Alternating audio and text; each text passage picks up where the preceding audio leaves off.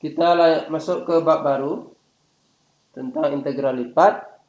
Kita mulai dengan integral lipat 2. Yang pertama-tama kita pahami dulu apa maksud dari makna intuitif dari integral lipat 2.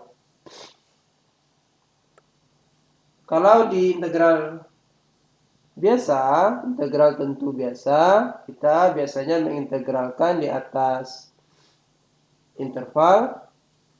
Integral lipat 2, kita mengintegralkan di atas daerah berbentuk persegi panjang.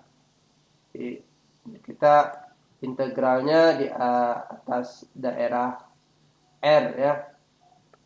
Nah, intuisinya adalah integral lipat 2 akan menghitung, tapi untuk yang fungsi yang non negatif ya, dia akan menghitung volume di bawah di atas daerah R persegi tadi yang dibatasi dengan grafik dari fungsi f ya.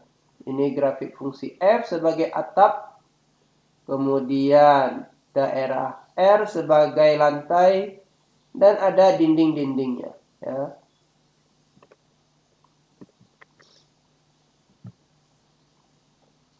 Sebagai contoh,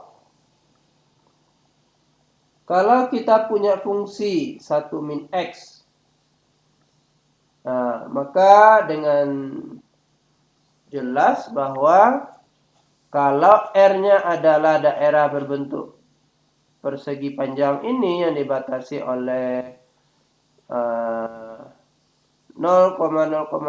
1,0,0, 1,1,0, 0,1,0 ya, maka kita punya volume di atas R tersebut dan di bawah grafik permukaan grafik fungsi, maka volume dari prisma itu dihitung oleh integral lipat 2 tadi ya. Oke, sehingga ya dengan mudah kita bisa hitung ini nilainya setengah ya. Oke, kenapa ini tinggi? Ya ini tinggi dari prisma ini kan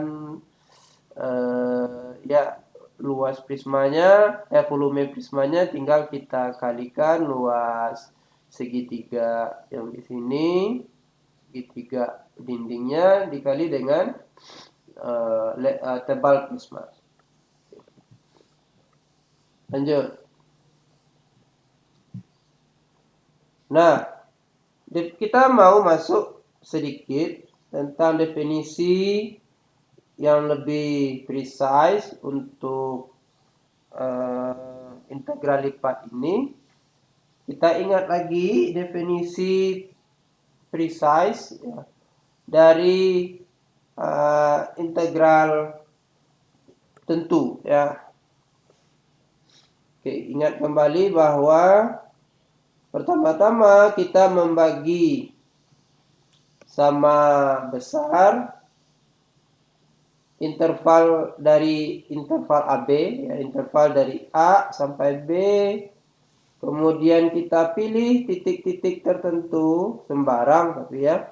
Jadi kita pilih titik tertentu di sini, titiknya adalah C0, C1, C2, C3 yang berada di dalam subinterval yang telah kita partisi tadi, yang kita buat partisinya. Kemudian kita ambil titik tersebut sebagai perwakilan. Artinya apa? Di titik C0 kita akan menghitung tinggi balok ini, tinggi persegi panjang ini yang mewakili fungsi mewakili fungsi di subinterval X0 sampai X1. Ya. Dan begitu seterusnya. Kita ambil perwakilan untuk tiap-tiap subinterval dan kemudian kita hitung Riemann sum-nya, jumlah Riemann-nya seperti rumus ini. Ini tinggi balok, tinggi persegi dikali lebar persegi, ya, lebar yang ini. Kalau kemudian partisinya kita bikin makin banyak, yaitu jumlah partisinya ini n makin banyak menuju tak hingga, maka kita dapatkan nanti integral Riemann-nya. Begitu juga dengan integral lipat 2 definisinya, ya. Kita bagi R menjadi n kuadrat sekarang, tapi ya n kuadrat, jumlah partisinya sekarang n kuadrat seperti gambar di sini. Kemudian seperti yang tadi kita pilih titik-titik perwakilan di masing-masing persegi panjang tersebut. Kemudian kita hitung jumlah Riemann-nya dan kita ambil limitnya menuju tak hingga, maka itulah nanti yang menjadi integral Riemann-nya. Dengan catatan tentu limitnya harus ada dulu. Kalau limitnya tidak ada, berarti dia tidak terintegralkan. Dan kemudian kita juga harus hati-hati bahwa definisi integral ini tidak melibatkan pilihan titik-titik yang kita ambil di awal tadi. Jadi untuk apapun pilihan titik-titik C, J, K-nya, nah ini harus menghasilkan limit yang sama. Kalau tidak, berarti dia tidak terintegralkan. Kalau berbeda pilihan perwakilannya, menghasilkan limit yang berbeda, berarti tidak terintegralkan.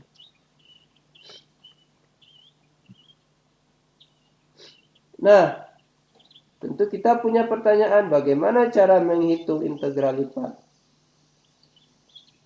Untuk fungsi yang sederhana yang kita punya tadi, nah kita sudah tahu bentuk bendanya menjadi prisma. Nah ini gampang. Kalau menggunakan definisi bisa nggak?